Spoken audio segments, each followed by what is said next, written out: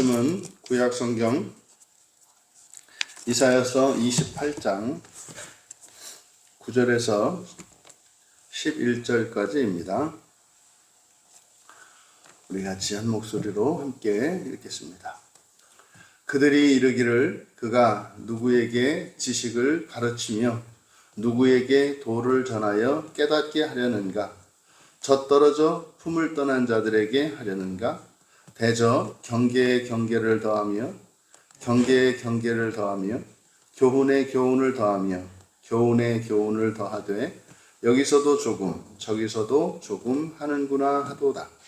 그러므로 더듬는 입술과 다른 방언으로 그가 이 백성에게 말씀하시리라. 아멘. 조롱받는 이사야라는 제목으로 말씀의 은혜를 나누고자 합니다. 앞에서 바로 이스라엘 백성들 부활의 약속을 가진 이들임에도 불구하고 그들이 이 땅을 살아가는 것은 전혀 하나님 나라와 상관이 없는 정말 지옥에 떨어질 자들과 조금도 다름없는 삶을 살아가며 백성들은 물론이고 제사장과 선지자들, 예언자들까지도 그들이 방탕하여 그러함에도 불구하고 자신들의 구원에 대해서 확신하고 있는 이런 일들에 대해서 나누었습니다. 그래서 우리가 이 구원의 문제가 말도 많고 탈도 많고 주의 주장도 참 많은데 바로 이사야 28장의 이 본문을 통해서 우리가 확실히 알고 있는 것은 이 세상 살아가는 동안에 그들의 삶의 어떠함이 그들의 구원과 부활에 대한 증거로 쓰일 수 없다는 사실을 성경은 분명하게 말합니다. 그래서 부활할 자들임에도 불구하고 구원받은 자들임에도 불구하고 전혀 구원받지 못한 절대로 부활할 수 없는 것 같은 하나님 나라 소망이 전혀 없는 것 같은 확실해 보이는 그런 사람들조차도 부활의 소망 안에 하나님 나라 소망 안에 있다고 하는 사실을 통해서 오늘날 우리들이 가지고 있는 편협하고 배타적이며 사람들의 행위를 가지고 구원의 문제를 판단하는 것은 성경에 부합하는 것이 아님을 우리가 앞에서 살펴보았습니다. 그러면 절대로 이렇게 살아가는 자들에게 안심해도 좋다라든지 그들도 구원받은 사람이다 이런 이야기가 아니죠. 그런 이야기가 아니죠. 왜냐하면 부활이라고 하는 것은 모든 사람이 똑같이 부활하는 것이 아니라 다시 말해 예수님을 믿는 신자라 할지라도 절대로 똑같이 부활하지 않습니다. 어떤 이들은 영광스럽게 첫째 부활로 예수님의 말씀에 따르면 생명의 부활로 그 나라에 이르는 이들이 있는가 하면 심판의 부활로 다시 말해 지옥의 연단을 거친 후에 부활하는 일이 있다는 사실이에요. 우리가 지옥을 거쳐도 부활만 한다면 구원받을 수 있다면 괜찮지 않은가 이런 말 자체는 불가능한 겁니다. 왜냐하면 하나님이 사람이 되셔서 이 땅에 오신 목적은요 구원 자체는 하나님의 계획에 의한 것이고 하나님의 절대 주권에 속한 것입니다. 그래서 최종적인 구원의 문제는 우리들이 왈가왈부할 문제도 아니고 그것이 어느 누구에 의해서도 방해받지 않습니다. 왜냐하면 하나님이 사람을 하나님의 형상을 따라서 모양대로 창조하시기로 결정하셨어요. 이 말씀은 하나님의 아들로 사람을 완성시키겠다고 계획하셨단 말이에요. 그래서 하나님의 구원의 계획 자체가 구원의 근거이고 구원에 대한 보장인 것이지 우리의 어떠함은 그것이 아니다. 그러면 우리가 마음을 써야 하는 것은 무엇이다? 최종적인 하나님의 구원이 완성되는 부활이 완성되는 그것에 우리가 마음을 쓸 것이 아니라 우리들이 마음을 써야 하는 것은 하나님께서 우리에게 주신 율법, 계명이죠. 그 계명을 따라서 우리가 순종함으로 더 좋은 구원과 더 좋은 부활로 나아갈 수 있게 하는 것. 여기에 우리가 마음을 써야 하는 겁니다. 그러니까 구원은 하나님께 있고요. 우리가 마음을 써야 하는 것은 하나님이 우리에게 주신 더 좋은 부활의 방편인 성경이죠. 사실은 그것을 위해서 예수님께서 이 땅에 오셔서 모든 율법을 완성하셨던 것입니다. 그래서 오늘날까지 이야기되고 있는 구원에 관련된 이러저러한 주장들은 심각하게 잘못되어 있는 것이 무엇이냐면 하나님이 계획하신 구원 자체에 대해서 회의를 하고 그것의 가능성에 대해서 확실성을 어떤 사람들은 불확실성을 주장을 한단 말이에요. 그러니까 우리의 관심이 잘못되어 있습니다. 우리의 관심은 더 좋은 부활에 있어야 합니다. 부활은 하나님께 있습니다. 구원은 하나님께 달려 있습니다. 그러니 이것 때문에 너무나 많은 사람들이 어떻게 하나님이 그러실 수가 있는가? 누구는 구원하고 누구는 구원하지 않고 어떻게 하나님이 그럴 수 있는가? 창조주가 어떻게 그럴 수 있는가? 하물며 인간 부모도 그렇게 안 하는데 어떻게 부모가 그럴 수 있나? 이런 이야기를 할 때 많은 신학자들이나 목회자들은 그럴 수 있다.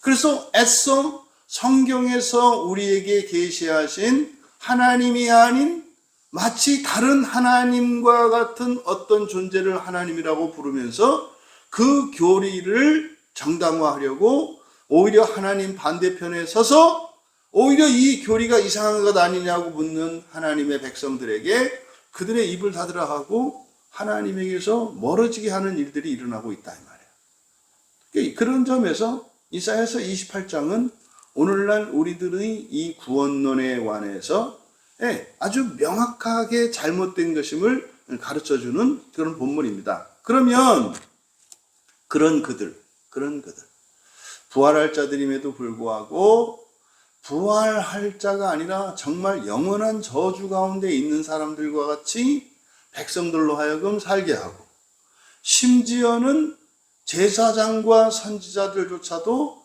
그렇게 방탕하고 오히려 백성들보다 더 못한 이런 선지자와 이런 중보자들 이런 이들이 어떻게 일어나는가 바로 이제 결정적이고 근본적인 원인 바로 오늘 설교의 제목을 조롱받는 이사야라고 한 것이 바로 이것입니다. 이 우리가 나누고 있는 이 본문은 이사야서이고 이사야서는 하나님으로부터 계시를 전해 듣고 지금 이스라엘 백성들과 그리고 왕과 선지자, 제사장들 모두에게 하나님의 구원의 계시를 전할 사명을 받은 사람이 이사야입니다. 그런데 바로 그 이사야의 이 선포 뭡니까? 너희들 잘못되었다는 거죠. 너희들은 망하게 되었다는 거죠. 이렇게 가서는 하나님께서 너희를 위하여 예비하신 더 좋은 부활에 이를 수 없다는 거죠. 이렇게 하면 멸망할 수밖에 없고 지옥에 갈 수밖에 없다는 거죠. 그런 이사야에 대하여 9절에서 그들이 이르기를 이때 그들은 제사장과 선지자, 예언자뿐만 아니라 백성들 모두를 포함합니다. 이들은 뭡니까? 하나님께서 택하신 자들이고 또 이들은 부활의 소망을 가지고 있는 사람들입니다. 여러분, 이 세상에 어떤 사람도 부활의 소망이 없는 사람은 없어요. 단지 그것을 아는 사람과 모르는 사람이 있을 뿐이고 믿는 사람과 믿지 않는 사람이 있을 뿐입니다. 그러면 그것을 알고 그것을 믿는 사람들, 이들을 먼저 택함을 받은 자들이라 해요. 이것을 구약에서는 이스라엘이라 하고 신약에서는 이것을 그리스도인이라 합니다. 그러면 이스라엘과 그리스도인은 그들만 선택받았고 그들만 구원받고 그들만 부활할 자들이 아니라 먼저 하나님의 마음과 하나님의 구원의 계획을 아는 자들로 불타는 하나님의 심령의 감동 감화받아 알지 못하는 믿지 못하는 이들을 향해 하나님의 더 좋은 부활의 구원 계시를 또 부활의 구원의 그 계시를 전할 사명을 가진 사명자들인 거예요. 그래서 먼저 택함을 받고 먼저 부활의 소망을 가지게 된 자들에게는 사명이 따른다고요. 그러면 먼저 약속받은 이 부활에 대한 소망은 사명과 함께 짝을 이루어 함께 굴러가는 거예요. 사명이 빠지는 순간 더 이상 구원의 진전은 일어나지 않습니다. 다시 말해 첫째 부활의 약속은 그들에게서 사라진다 이 말이에요. 반대로 사명만 있고 이 더 좋은 부활의 소망이 없어져요. 마찬가지로 굴러가지 않습니다. 이게 교회사에서 일어나는 양극단적인 일들입니다. 부디 정말 간절한 마음이 이사야서 28장을 끝날 때쯤에는 우리 광야교회 교인들은 물론이고 정말 우리나라뿐만 아니라 이 시대의 목회자들에게 또 그리스도인들에게 바른 성경적 구원관이 정립될 수 있기를 바라는 마음이 간절합니다. 이제 그런 그들이 이르기를, 그러니까 이때 말하는 겁니다만 이때 말은 고운 말이 아니에요. 이거는 아주 조롱 섞인 말입니다. 그러니까 멸망할 가운데 있는데 그들이 얼마나 교만한지를 보여줍니다. 사실은 이제 우리는 마음기행을 했기 때문에 알죠. 그 교만이 어디에서 나오는 건지 이제 본문을 살펴봅니다. 그러니까 지금 술에 취해서 비틀거리는 제사장과 선지자들, 그리고 거짓된 예언을 말하는 자들, 이런 자들이 이사야의 책망을 듣고 회개하기는커녕 오히려 불쾌감을 드러내며 선지자 이사야를 깎아내립니다. 그래서 우리가 어린아기냐 이러는 거죠. 구절이 한마디로 말하면 그런 겁니다. 그가 누구에게 지식을 가르치며 누구에게 도를 전하여 깨닫게 하려는가. 지금 이제 여기서 우리말 성경에 지식을 가르치며, 가르치다라고 하는 이 동사와 도를 전하여 깨닫게 한다라고 하는 전하여 깨닫게 한다. 이 두 개의 동사가 사용되고 있는데 둘 다 히필령입니다. 히필령. 그래서 가르쳐 알게 하려 하는가. 그러니까 이제 강제로 집어 넣으려고 한다는 거죠. 그리고 누구에게 도를 전하여 깨닫게 하려고 하는가. 그러니까 지금 이사야가 하는 이 하나님의 책망, 또 하나님의 이 계시가 듣는 이들에게는 가소로운 거예요. 가소롭고 하찮은 거예요. 그래서 그것을 아주 억지로 말도 안 되는 이야기를 하는 것처럼 이제 이들에게는 들리는 겁니다. 그래서 여기에 하나님의 계시를 지식과 도라고 이제 번역을 해 놓았는데, 여기서 지식이라고 번역된 이 대하라는 말은 성경에 몇 번 사용되지 않습니다만 주로 하나님을 아는 지식에, 그리고 목자의 지식에, 또 하나님의 지식, 또 하나님을 아는 지식에 사용되는 말입니다. 그래서 보통 이제 지식 그러면 다트라는 말을 쓰는데, 이 다트의 남성형이나 여성형 모두 큰 의미상의 차이는 없습니다. 근데 특별히 이 대하 같은 경우에는 지식은 지식인데 여기서 특별히 여호와 하나님에 관련된 지식에 주로 사용된다라는 거. 그러니까 그가 누구에게 지식을 가르치며 할 때 이 지식은 뭡니까? 하나님에 관한 신지식을 말하고, 그러니까 이건 어떤 뉘앙스예요? 번데기 앞에서 주름 잡는구나 이런 뜻이에요. 번데기 앞에서 주름 잡는구나. 그 다음에 누구에게 도를 전하여 깨닫게 하려는가 할 때 이 도라고 번역한 단어는 쉐무아, 소식입니다. 소식. 이 소식 또는 메시지거든요. 하나님의 계시. 그러니까 이것은 오늘날 우리들에게는 복음과 같은 거예요. 소식이라고 하는 단어를 쓴 것을 보니까 이것은 복음과 같은 거예요. 그러니까 복음을 누구에게 깨닫게 하려고 하는가. 그러니까요, 우리가 진리라는 거죠. 이 말씀을 보면서 그런 생각을 해요. 다 안다고 생각하는 분들 의외로 많거든요. 이거는 뭐 목회자는 말할 것도 없고 그리스도인들조차도 다 안다고 생각하는 사람들이 특히 장로교인들 중에 이런 사람들이 아주 많습니다. 그래서 내가 모르는 이야기를 들으면 그것은 틀렸다라고 생각합니다. 이게 저는 이 시대가 지금 이사야의 시대와 거의 다르지 않은 것 같은 그런 생각을 들어요. 심지어 성경을 펼쳐서 찾아만 보아도 내가 모르고 있었네라는 것을 알고 있음에도 불구하고 심지어는 성경을 펴서 확인조차 하지 않으려고 하는 것을 어렵지 않게 봅니다. 그러니까 이 시대와 이사야의 시대가 그렇게 다르지 않은 것 같아요. 그래서 바로 하나님의 신지식, 하나님을 아는 지식과 그리고 복음에 대해서 자신들이 가지고 있는 신관과 구원관을 절대시하고 있는 것을 나타냅니다. 그러니까 우리하고 생각이 다르면 너는 틀린 거다라는 것을 나타냅니다. 그래서 뒤에 이어지는 내용이 뭡니까? 젖떨어져 품을 떠난 자들에게 하려는가? 이건 뭡니까? 우리가 갓난애기인 줄 아느냐? 이런 뜻이죠. 우리가 네 말을 듣고 그거를 분별도 못하는 갓난아이인 줄 알아? 네가 지금 가스라이팅을 하려고 하는구나.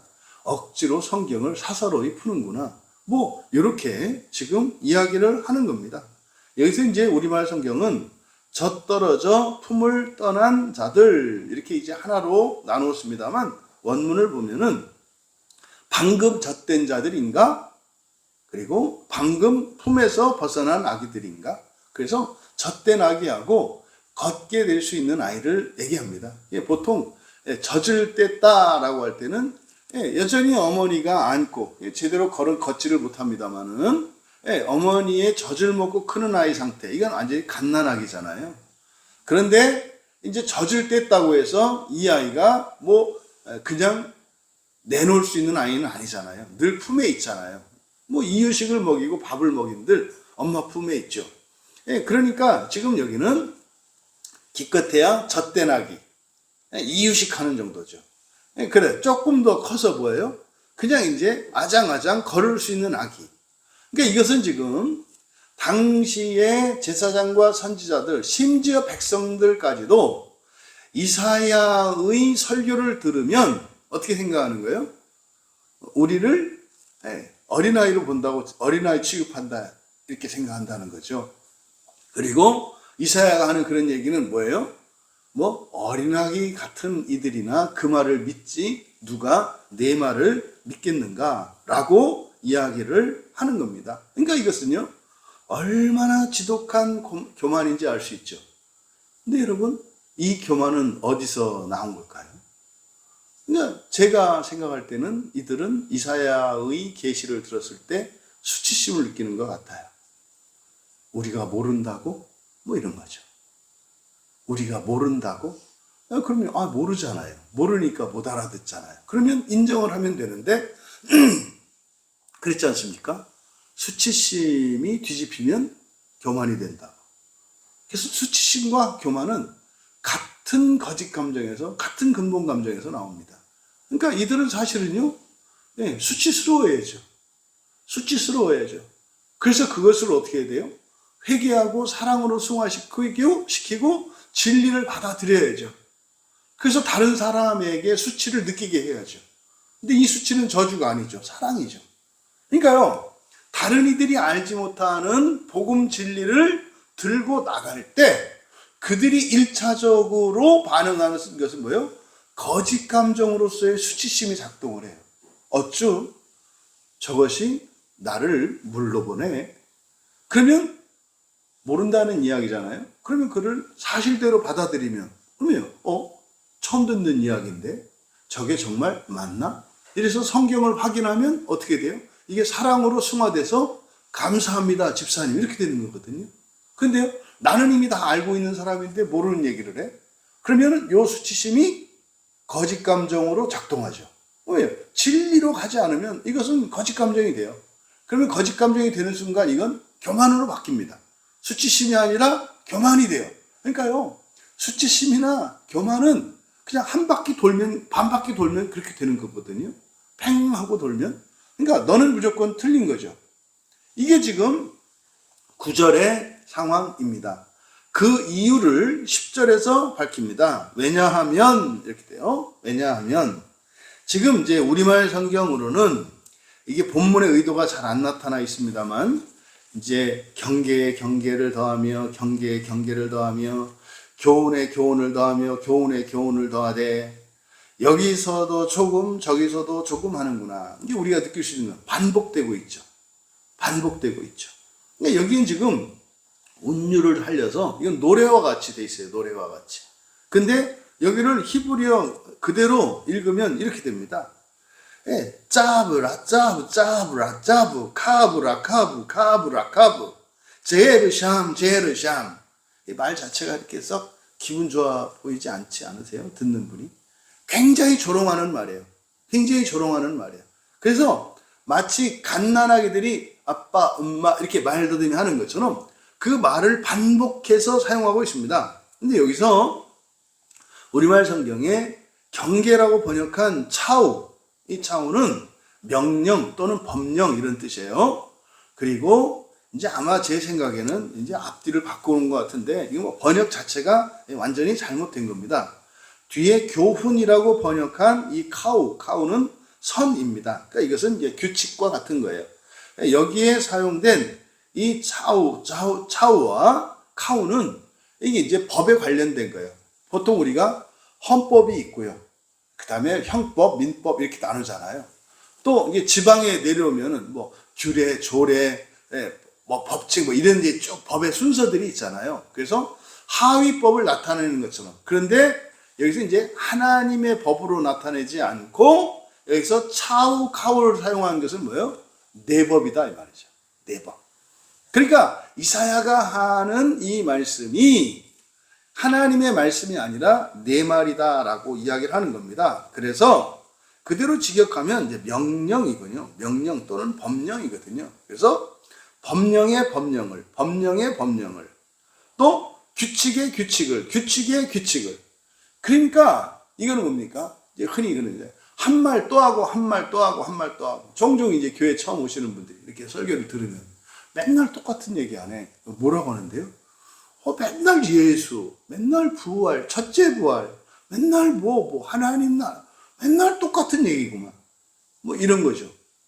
그러니까 이게 못 알아듣는 사람들에게는 이미 거짓 감정에 사로잡힌 사람들은 어떤 설교를 들어도 똑같은 말로 들립니다. 그걸 말하는 거예요. 그래서 어떻게 해요? 이게 본인이 듣기에는 똑같은 말을 해. 거기다가 전부 말이 뭐예요? 기승전 뭐야? 기승전 첫째 부활, 기승전 하나님 나라. 그러니까 맨날 똑같은 말. 그리고 자기가 법이야. 왜 뭐 그렇게 안 하면 뭐 첫째 부활을 못 한다는 둥, 그렇게 뭐 안 하면은 지옥 간다는 둥 법이죠. 아이 정말 여러분 이 시대에 저 어느 누가 엄마한테 저 대들고 말 안 듣는다고 지옥 간다고 말하는 그 교회는 없을 거예요. 우리 교회 말고는. 그때 뭐 성경이 그런 걸 어떻게 해요? 그러니까 그런 걸 뭐예요? 아유 이제 가소롭게 생각하는 거죠. 저는 목사가 돼가지고 어떻게 저렇게 말을 해? 자기 법이야? 여러분 그게 제 법입니까? 성경의 말씀이에요. 성경의 말씀이라니까요. 형제가 형제한테도 미워하면 안 된다고 하시는데 그러니까 그런 말씀들이 이렇게 가볍게 들리는 시대란 말이에요. 그러니까 내 고집이 세지 하나님 말씀이 내 고집보다 강하지가 않아요. 그러니까요. 하나님 앞에서 고개 뻣뻣이 들고 끝까지 회개하지 않고 자기 생각대로 가잖아요. 이게 심각한 문제입니다. 이게 10절은 바로 이런 겁니다. 또 여기서도 조금 저기서도 조금. 그러니까 뭡니까? 뭐 아주 없는 건 아닌데 뭐 한두 마디 뭐 하는 것 같긴 한데 그러니까 단어가 하나 둘밖에 안 들어와요. 설교를 들어도. 이게 지금 10절입니다. 그래서 10절이 그 이유를 밝힌 거예요. 왜냐하면 이렇게 하기 때문이다. 그게 뭐예요? 한 말 또 하고 한 말 또 하고 잔소리하고 언제나 어디에서나 기승전 첫째 부활, 기승전 첫째 부활. 딱 이거예요. 또 11절도 그러므로라고 되어 있습니다만 여기도 왜냐하면입니다. 왜냐하면 더듬는 입술과 다른 방언으로 그가 이 백성들에게 여기서 말씀하시리라. 그래서 이거는 말씀이니까 여기서 그를 하나님으로 바꿔놓았잖아요.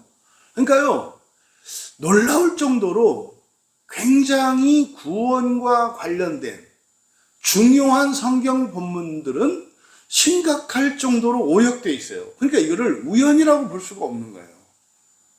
그러니까 이거는 그냥 정말 우연이라고 볼 수가 없어요. 어떻게 이러한 중요한 본문을 이럴 수가 있는가? 그리고요, 그러면 최소한 말씀의 종으로 부르심 받은 사람들은 이런 것들을 하나하나 바로 잡아 나가야 되는데 왜 이것을 침묵하는가? 앞에서 그들의 수치심이 변하여 교만이 된 것처럼 두려움이 하나님을 향한 사랑으로 승화되지 않으면 이런 또 두려움이 수치심으로 나오고 이상한 감정으로, 이게 거짓 감정으로 증폭되면서 진리로부터 멀어지게 합니다. 그러니까 지금 11절은 또 10절에 대한 이유인 거예요. 그러니까 10절이 뭐라 했습니까? 한 말 또 하고 한 말 또 하고 여기서도 저기서도 언제나 똑같은 말 되풀이 하는 것처럼 보인단 말이에요. 기승전 첫째부활. 그러니까 너무 들어. 근데 이 사람만 얘기해. 이사야만 얘기해. 그러니까 자기 법을 말하는 것 같아. 성경을 사사로이 푸는 것 같아. 이런 거죠. 근데 이건 사실은 어떤 상황이죠? 저항하는 거죠. 하나님의 말씀에 대해서 저항하고 있는 상태죠. 여러분, 하나님의 모든 말씀은 선하고 우리를 위하여 주어지는 말씀 아닙니까? 기쁘고 감사하고 찬양할 일이지 그것 때문에 우리가 마음 상하고 그것 앞에 저항할 것이 아니지 않습니까? 아니, 나를 구원하기 위해 주시는 말씀인데 왜 그게 나를 속상하게 하고 힘들게 하느냐 이 말이에요. 아니, 더 주지 못해서 안달이어야지 뭐 이렇게 많이 준다고 뭐라고 하냐 이 말이죠. 그러니까 세상이 얼마나 거꾸로 가고 있는지를 알 수 있어요. 11절은 10절에 대한 설명이라고요. 왜 그렇게 말을 했느냐? 왜냐하면 그가, 여기서 그는 하나님이 아니고요, 여호와가 아니고요, 그냥 이사야입니다. 이사야. 그러니까 11절은 10절에 대한 설명이니까 10절은 이사야의 계시를 듣고 그들이 평가한 거잖아요. 그냥 잔소리에 불과하다. 그리고 똑같은 말에 불과하다. 뭐 아는 게 첫째 부활밖에 없구만. 뭐 이런 거죠. 근데 왜 그들이 그렇게 이야기를 하냐? 근거를 대는 거예요. 왜냐하면 그가, 이사야예요.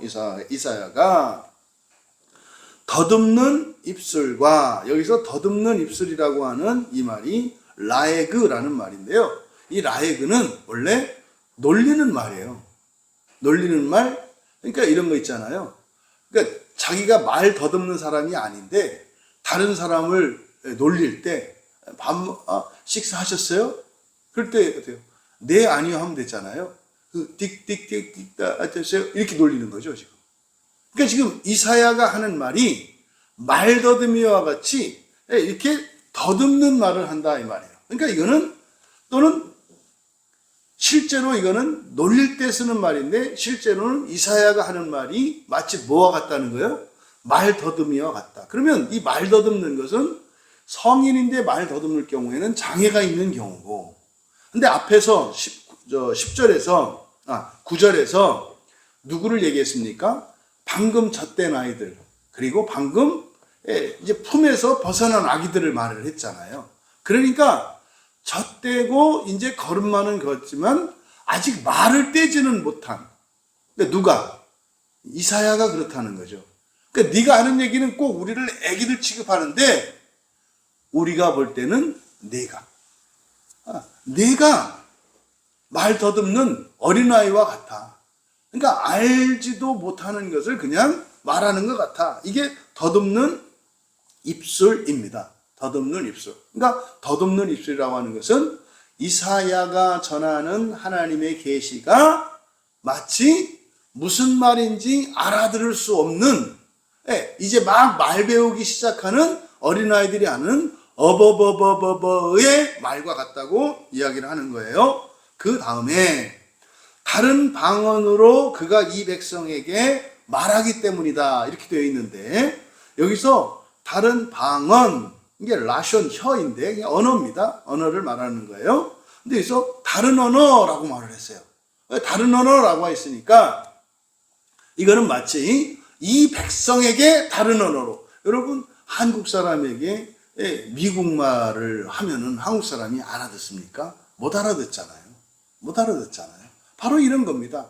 그러니까 여러분, 설교를 알아들을 수 있는 사람은 누구일까요? 어느 나라 사람일까요? 하나님 나라 사람들이에요. 설교는요, 제가 한국말로 설교를 하면 한국 사람들이면 다 알아들을 수 있는 게 아니라요. 하나님 나라 사람만 알아들어요. 왜냐하면 한국말로 설교하는 내용이 하나님 나라에 속한 것이기 때문에 하나님 나라에 속하지 않은 사람들은 못 알아들어요. 그래서 이렇게 통역자를, 선교지에 가서 통역자를 쓰는 것도 통역자가 완벽하기 때문에 쓰는 게 아니라 하나님 나라 사람들은 그렇게 부족한 설교, 부족한 통역을 통해서도 다 알아들어요. 그러니까 하나님 나라에 관한 복음은 하나님 나라 사람들이 알아듣는 거죠. 근데 지금 이들은 뭐라고 하는 거예요? 다른 방언. 그러니까요. 뭡니까? 이사야는 지금 하나님 나라에 대해서 설교하고 있잖아요.